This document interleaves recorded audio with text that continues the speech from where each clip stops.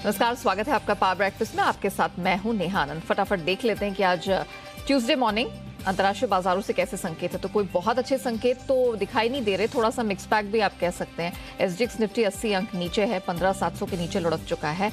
लेकिन जब डाउ और नैस्डैक फ्यूचर्स पर हम नजर डालते हैं तो यहाँ पर हम देख रहे हैं निचले स्तरों से कुछ हरे निशान में कारोबार, कुछ रिकवरी होती हुई दिखाई दे रही है। 140-50 अंकों की स्ट्रेंथ हमने लोअर लेवल से डाउ फ्यूचर्स में आते हुए देखी। नैस्डैक फ्यूचर्स की बात करें तो वो भी हरे निशान में उठकर कुछ कारोबार करने की कोशिश कर रहा है।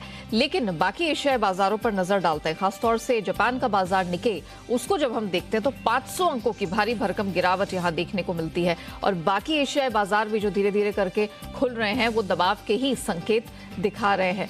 निके देखिए यहाँ पर कमजोरी और गहराती चली जा रही है, 525 अंक नीचे है। और बाकी जितने मार्केट्स खुल रहे, जैसा मैं कह रही थी, स्ट्रेट टाइम्स, कॉस्पी, सब में शुरुआत लाल निशान के साथ हुई है। नैस्डैक फ्यूचर्स इस समय 65 अंक ऊपर है और 110 अंकों के आसपास की स्ट्रेंथ डाउ फ्यूचर्स में दिखाई दे रही है। कमोडिटी बाजार में तो कल हड़कंप हमने मचते हुए देखा, एकाएक शाम को गिरावट आई। डॉलर इंडेक्स हमने देखा वापस से 20 साल की ऊंचाई पर चला गया था, वहां से थोड़ा सा करेक्शन है, उसी लेवल्स के फिर से ऊपर आ गया है। हम देख रहे हैं कि ऑलमोस्ट 2 डिकेड के हाइस के पास यहाँ पर ट्रेड होता हुआ दिख रहा है। यहाँ रहेगी नजर, यही कमोडिटी बाजार पर अपना दबाव छोड़ रहा है। कच्चा तेल $122 के इर्द गिर्द है और सोने चांदी की बात करें तो दोनों ही 4-4 हफ्ते के लोस के पास ट्रेड कर रहे हैं। तो क्या कुछ हुआ है बीते सत्र में अंतर्राष्ट्रीय बाजार में, आज के संकेतों पर कहां नजर रखनी है, इन सब पर बात करने के लिए मेरे सहयोगी दीपांशु इस वक्त स्टूडियो में मेरे साथ जुड़ चुके हैं। Deepanshu, good morning. कोई सुधार तो हमने अलग से होता हुआ देखा नहीं, अब तो डर और बढ़ ही गया है कि अब फेड की पॉलिसी मीट में कुछ ऐसा ऐलान हो जाएगा जो शायद बाजार को पसंद ना आए। तो क्या कुछ हुआ है कल इंटरनेशनल मार्केट? इन्फ्लेशन नंबर आया था यूएस की तरफ से, अनुमान था कि ज्यादा आएगा बट उम्मीद से कई ज्यादा बढ़कर आया था। उसी का इंपैक्ट आपने फ्राइडे के एक्शन में देखा और फिर अब कल शाम के एक्शन में भी वही एक्शन देखा। तो लगातार दूसरे दिन भारी गिरावट हम ग्लोबल मार्केट्स में देख रहे हैं और लगातार दूसरे दिन 880 अंक गिरकर डाउ फिर से निचले स्तरों के आसपास बंद हुआ। और नैस्डैक और रसल 2000 में तो हमने देखा 0.5% की गिरावट आपने आती हुई देखी। साथ ही कल हमने देखा कि ऑलमोस्ट 4% की गिरावट के साथ अब जो S&P 500 है ये भी बेयर मार्केट में आ गया, यानी कि ऊंचाई से 21% से ज्यादा गिर चुका है। तो दरें बढ़ने और मंदी का डर, ये 2 फैक्टर्स हैं जिसकी वजह से आप देख रहे हैं अमेरिकी बाजार गिर रहे हैं। आज से फेड की 2 दिवसीय बैठक शुरू हो रही है एंड ऑफ कोर्स कल शाम को आएगी पॉलिसी, तो हमारे बाजार तो उस पर थर्सडे को रिएक्ट करेंगे। बट ग्लोबल मार्केट्स ऑलरेडी एक डर जो फैला हुआ है वो प्राइस इन करना शुरू कर रहे हैं और डर ये है कि अब फेड 0.5% नहीं 0.25% से दरें कल बढ़ा सकता है, ये अनुमान लगाया जा रहा है। इनफैक्ट अगर आप देखेंगे पिछले हफ्ते लगभग कोई भी अनुमान नहीं लगा रहा था कि 0.5% से ज्यादा दरें बढ़ेंगी। आज की तारीख में 80% जानकार अनुमान लगा रहे हैं कि कल 0.25% से दरें बढ़ सकती हैं और 60% जानकार ये भी अनुमान लगा रहे हैं कि कल के बाद जुलाई में भी फिर से 0.25% से दरें बढ़ सकती हैं। तो काफी तेजी से जो ये रेट्स बढ़ने की एक्सपेक्टेशंस को बढ़ाया जा रहा है, उसके क्वांटम को बढ़ाया जा रहा है, उसका डर है जो इस समय बाजार पर आपको इंपैक्ट दिखा रहा है। तो काफी तेजी से और काफी ज्यादा रेट्स बढ़ सकते हैं, ये 2 फैक्टर्स हैं जिसकी वजह से बाजार में नर्वसनेस छाई हुई है और इसलिए हम देख रहे हैं कि 2 दिनों में इतनी भारी गिरावट है। इनफैक्ट अगर अमेरिकी बाजार देखें तो लगातार 4 दिनों से आप यहां पर गिरावट बनते हुए देख रहे हैं। लगभग 2500-2600 अंक 4 दिनों में डाउ गवा चुका है और वापस जो 30,500 का सपोर्ट था वहां पर हमने डाउ को कल बंद होते देखा है। 31,000 के बाद लंबे समय के बाद डाउ ने क्लोजिंग आपको दी है। S&P जैसे मैंने कहा अब ऊंचाई से 21% नीचे है, बेयर मार्केट में आ गया है। डाउ अभी भी बेयर मार्केट में आना बाकी है, 17% ही नीचे है ऊंचाई से। और वहीं नैस्डैक पर रखिए नजर, क्योंकि IT शेयर्स में आप भारी बिकवाली देख रहे हैं। ऊंचाई से नैस्डैक अब 33% नीचे है। And just to give you some context, जब कोरोना की गिरावट आई थी, सबसे तेज गिरावट जो अब तक हमने इतिहास में देखी है, तब नैस्डैक ऊंचाई से 30% गिरा था। यानी कि जितनी गिरावट कोरोना टाइम में हुई है उससे ज्यादा की गिरावट आपने रीसेंट टाइम्स में नैस्डैक में ऑलरेडी बनती हुई देख ली है। तो ये एक चिंता का विषय बन रहा है। ऑफकोर्स जिस तरह से बॉन्ड यील्ड बिहेव कर रही है उसका भी एक बड़ा प्रभाव आ रहा है। 10 साल की बॉन्ड यील्ड अब हम देख रहे हैं 3.4% पर आ गई है। 11 साल की ऊंचाई पर यूएस की बॉन्ड यील्ड है इस समय। और just to give you one more context, इस साल 1.5% पर हमने शुरुआत करी थी, यानी कि इसी साल 1.5% से 3.4% बॉन्ड यील्ड मूव कर चुकी है। तो ये एक चिंता का विषय बन रहा है। तो बेसिकली फेड पर सबकी नजर है और अब डर है कि कल 0.5% से दरें बढ़ सकती हैं और आगे भी 0.5% से दरें बढ़ाई जा सकती हैं। यूरोप में भी हमने देखा 2 से 2.5% की गिरावट रही। आज वहाँ पर इंडस्ट्रियल प्रोडक्शन डेटा भी आने वाला है और जैसा आप बता रही थी कमोडिटी बाजार में तो काफ़ी भारी उतार चढ़ाव हुआ है। कल भारी गिरावट के बाद अब कच्चा तेल थोड़ा संभलते हुए दिख रहा है, $122 के करीब है इस समय। डॉलर इंडेक्स वापस 20 साल की ऊंचाई पर आ गया, 105 के लेवल के ऊपर आपको जाते हुए दिखा है। सोने में हमने $50 की गिरावट देखी है, 1825 पर आ गया है। 4 हफ्ते के निचले स्तर पर सोना चांदी दोनों ट्रेड कर रहे हैं।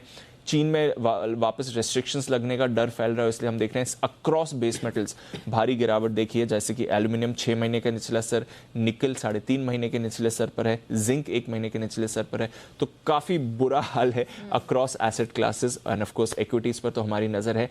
आज शाम फेड क्या करता है, आज शाम तो फेड की बैठक शुरू हो रही है, कल शाम फेड क्या करता है इस पर सबकी नज़र बनी हुई है। बिल्कुल, हमने देखा कि इनफैक्ट अभी जो हम देख भी रहे थे दीपांशु की डॉलर इंडेक्स बहुत तेजी से चढ़ा है। ये कल कल्प्रिट साबित हुआ है जिसने रुपए को रिकॉर्ड लोस पर जाके पटक दिया। 78.28 यहाँ पर हमने डॉलर को कल रुपए के मुकाबले पिटते हुए देखा है।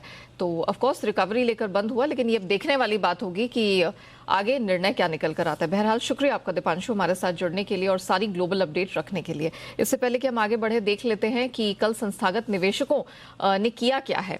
तो हम लगातार बता ही रहे हैं कि जो FIIs की बिकवाली के आंकड़े हैं वो लगातार चिंता का कारण बने हुए हैं। 4164 करोड़ के पास की बिकवाली हमने कैश स्पेस में बनती हुई देखी है। DIIs ने हालांकि अपना दमखम दिखाया है, 2800 करोड़ से अधिक की हमने खरीद यहां पर बनते हुए देखी है। और F&O स्पेस में अगर बात की जाए तो ये यहाँ पर फिर भी हमने देखा था कि कुछ समय तक FIIs का भरोसा था, लेकिन यहाँ पर भी स्टॉक इंडेक्स फ्यूचर्स में भी भारी बिकवाली हमने कल बनते हुए देखी है। ऑलमोस्ट 4,500 करोड़ के आसपास की वो बिकवाली का फिगर सामने निकल कर आया है। तो जिस तरह का खराब माहौल बना हुआ है अंतर्राष्ट्रीय बाजारों में, ऐसे में हमारे मार्केट्स में आज क्या रणनीति अपनाई जाए, क्या कुछ होगा, ट्रेडिंग रेंज क्या होगी, सब पर बात करेंगे। जी बिजनेस के मैनेजिंग एडिटर अनिल सिंह भी हमारे साथ जुड़ चुके हैं।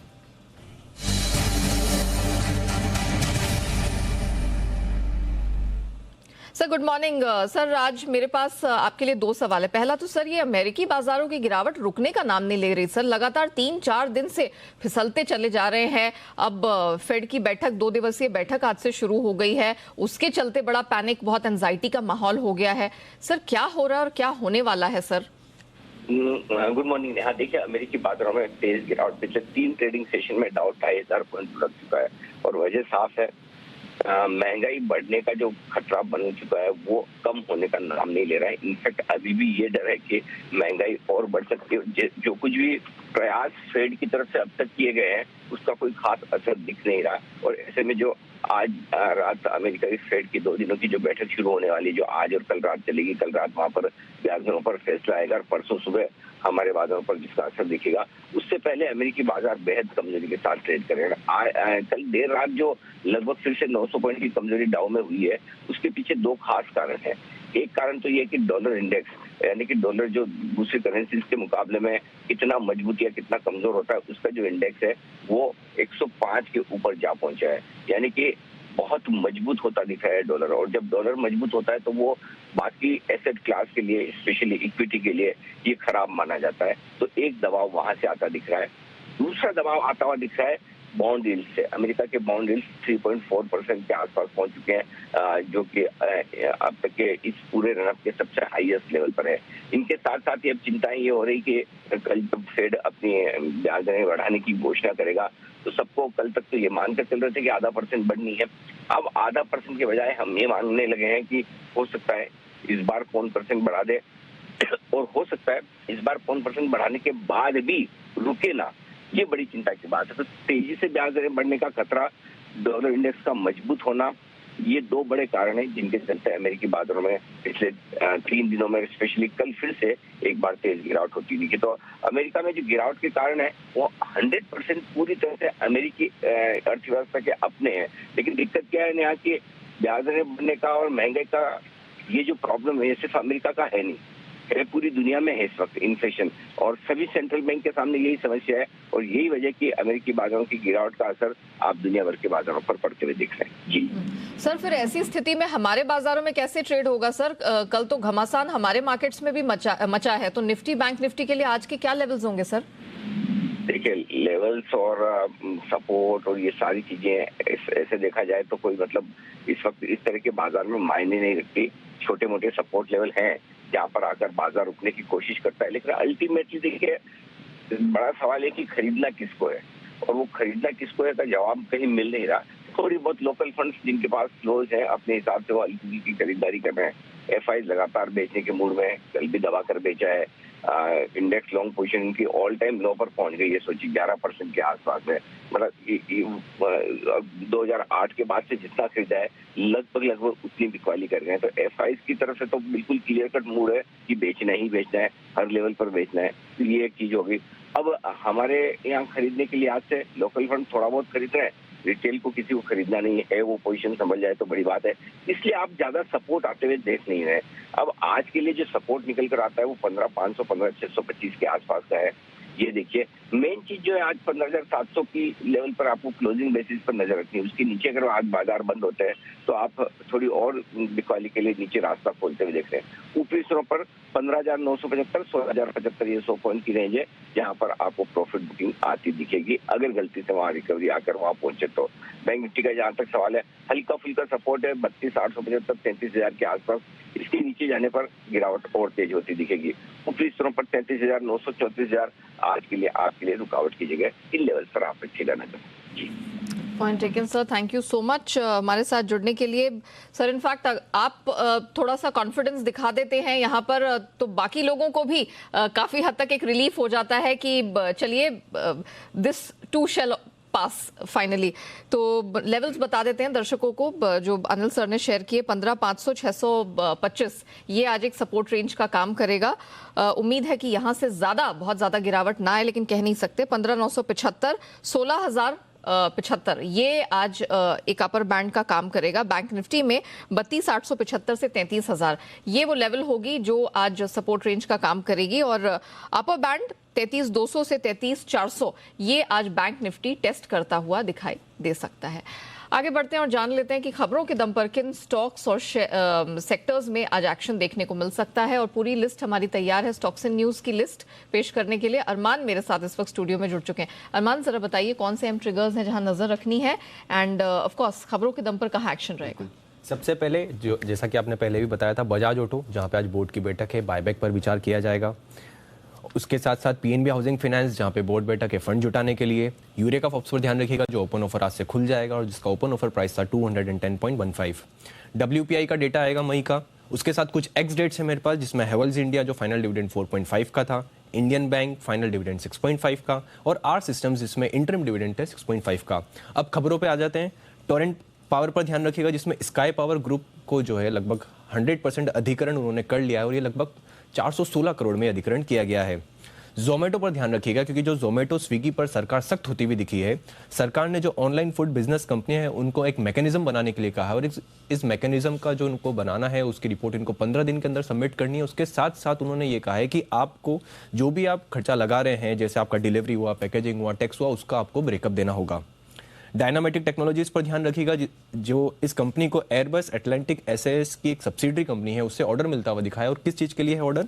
वो एयरबस A22 एयरक्राफ्ट के एस्केप हैज डोर के लिए ये ऑर्डर मिलता हुआ दिखा है। WPIL पर ध्यान रखिएगा जिसको पश्चिम बंगाल सरकार से इनको एक 430 करोड़ का वाटर सप्लाई स्कीम के तहत एक ऑर्डर मिलते हुए दिखा है। और कुछ मेरे पास अंत में बल्क डील्स हैं जिसमें एथर इंडस्ट्रीज पर ध्यान रखिएगा जहां पे SBI म्यूचुअल फंड ने लगभग 0.26% हिस्सेदारी खरीदी है और ये कुल हिस्सेदारी अब उनकी बढ़कर 4.92% से बढ़कर लगभग 5.18% हो गई है। उसी के साथ साथ कैप्री ग्लोबल पर ध्यान रखिएगा जिसमें LIC ने लगभग 2% हिस्सेदारी खरीदी है और उनकी अब कुल हिस्सेदारी बढ़कर 7.05% तक होती हुई दिखी है। डेल्टा कॉप जहां पे HDFC म्यूचुअल फंड ने लगभग 2.15% स्टेक खरीदा है। और अंत में RBL बैंक जहां पे HT प्राइवेट लिमिटेड है, उन्होंने लगभग 53 लाख शेयर खरीदे हैं। Point taken Arman, thank you so much हमारे साथ जुड़ने के लिए। और खबरों के दम पर कहां पर एक्शन रहेगा ये बताने के लिए आइए अब जान लेते हैं कि आज की ट्रेडिंग कॉल्स कहां से आ रही हैं। आनंद राठी सिक्योरिटीज M&M खरीद के चलने की सलाह है। यहां पर 970 का स्टॉप लॉस लगाएं, आपको टारगेट 1045 का मिल जाएगा। चॉइस ब्रोकिंग की PI इंडस्ट्रीज खरीद के चलने की सलाह है, स्टॉप लॉस 2530 का और टारगेट 2700 का आपको इस स्ट्रैटेजी में मिल जाएगा। आइए अब जान लेते हैं कि आज इक्विटी बाजार पर एक्सपर्ट्स की क्या राय बन रही है, कौन सी रणनीति वो आपके लिए लेकर आए हैं, किन शेयरों में पैसे लगाने की सलाह है। सब पर बात करने के लिए हमारे साथ kiranjadhav.com के आशीष केलकर जुड़ चुके हैं। आशीष जी गुड मॉर्निंग, बहुत स्वागत है। आशीष जी पहले तो निफ्टी बैंक निफ्टी हालत तो बहुत खराब है क्योंकि ग्लोबल संकेत तो बिल्कुल भी सपोर्ट नहीं कर रहे हैं। क्या आज आप इन दोनों इंडाइसेस में बिकवाली की कोई रणनीति देख रहे हैं या ऑप्शंस के जरिए कुछ काम किया जा सकता है? Very good morning Neha ji. जिस तरह से चार्ट स्ट्रक्चर है और जिस तरह से वर्ल्ड मार्केट्स जो प्लॉट हुए हैं, मैं मानता हूँ बेरिशनेस कंटिन्यू रहेगा। निफ्टी की अगर हम बात करते हैं तो निफ्टी जब तक 15,830 के नीचे है ये बेरिश मोमेंटम जारी रहने की संभावना है और नीचे की तरफ 15,650 के लेवल्स टेस्ट होते हुए हम देख पा सकते हैं। तो अगले एक से दो दिनों का जो लक्ष्य है निफ्टी के लिए वो 15,650 के आसपास का निकल के आ रहा है। तो मैं मानता हूं कि ऑलरेडी जिस तरह के निफ्टी चार्ट पर देखेंगे तो अगर यहाँ पे पोजीशन लेनी है तो रिस्क टू रिवॉर्ड रेशो में मैच नहीं हो रहा है, इसलिए फ्रेश पोजीशन तो मैं कोई रेकमेंड नहीं करूंगा, लेकिन मेरा नजरिया बेरिश ही है। उसी तरह से बैंक निफ्टी की अगर हम बात करें तो बैंक निफ्टी जब तक 33,500 के नीचे है ये बेरिश मोमेंटम जारी रहेगा। पहला पड़ाव जो नीचे की तरफ दिखाई दे रहा है वो 33,000 का दिखाई दे रहा है। स्टॉक स्पेसिफिक अप्रोच रखना ज्यादा जरूरी रहेगा। कुछ पॉकेट्स ऐसे रहेंगे जहां पे हमें पॉजिटिव मोमेंटम देखने को मिल सकता है और मैक्सिमम काउंटर्स में हमें नेगेटिव ओपिनियन रखना होगा। नेहा जी ओके साथ ही हमने देखा था वैसे तो अक्रॉस द बोर्ड जितना भी आप इंडाइसेस उठाकर देख ले सब लाल निशान में ट्रेड कर रहे थे। FMCG डिफेंसिव्स थोड़ा सा कुछ उम्मीद की किरण रखने की कोशिश कर रहे थे। ऑटो स्पेस में इक्के दुक्के स्पेसेस थे, स्टॉक्स थे जो निचले स्तरों पे खुद को संभालने की कोशिश कर रहे थे। क्या आपने कुछ ऐसे इंडाइसेस आइडेंटिफाई किए हैं जिसमें आज के दिन कुछ कमाई के मौके हैं?